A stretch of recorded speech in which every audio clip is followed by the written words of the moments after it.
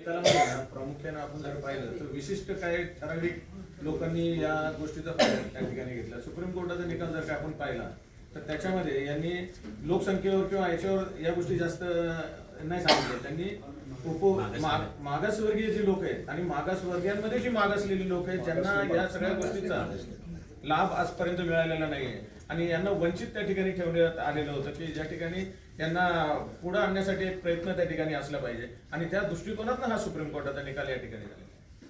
आमदार साहेब, राज्यात केंद्रात आपलं सरकार आहे, आपल्या पक्षाचं सरकार आहे, मग एवढा वेळ का लागतो बरं या आरक्षण उपवर्गीकरणाचा निकाल देण्यासाठी? लक्षात घ्या, एक तर हा अमित गोरखेचा मोर्चा नाही आहे म्हणून मी या ठिकाणी आमचे सगळे नेते बोलत होते.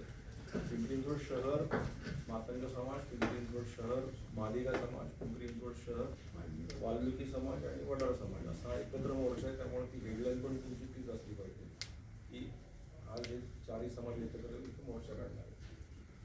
आता आमचे सगळे ज्येष्ठ मंडळी बोलले तरी तुमचं जो प्रश्नाचं उत्तर आहे मी सरकारचा प्रतिनिधी म्हणून उत्तर देतो की जे सुप्रीम कोर्टानं 1 ऑगस्ट 2024ला जे प्रेडिक्ट दिलं त्या प्रेडिक्टनुसार प्रत्येक राज्याने निर्णय घ्यायचा आणि राज्याने निर्णय घेत असताना त्या ठिकाणी कमिटी स्थापन करायची, त्या कमिटीने अभ्यास करायचा आणि मग वर्गीकरण जाहीर करायचं.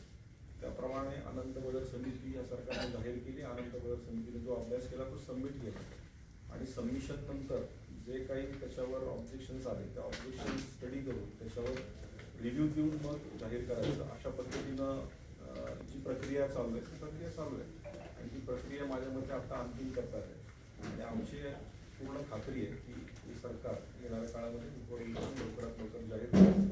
कारण संविधानापेक्षा मोठं कोणीच नाही. डॉक्टर बाबासाहेब आंबेडकरांनी जे संविधान लिहिलं आहे त्याच्यामुळे सर्वोच्च न्यायालयाची निर्मिती आणि सर्वोच्च न्यायालयाचा निकाल तुम्ही तातडीनं सर्वोच्च न्यायालयाचा निकाल राज्यामध्ये जाहीर करा ही आमची मागणी. आज हे सगळे समाज एकत्र या ठिकाणी आले, उत्स्फूर्तपणे आले आणि त्यांनी ठरवलं की मोर्चा करायचा आहे. माझ्याकडे आले, आम्ही सगळ्यांनी ठरवलं तेव्हा इथेही मोर्चा झाला पाहिजे आणि यात कुठल्याही कुणाचे आम्हाला ओढायचं नाही, कुणाचे ओरडून घ्यायचं नाही. जे काही हक्काचे जे सुप्रीम कोर्टाने सांगितले ते लवकरात लवकर ही आमची मागणी. सरकारने मागणी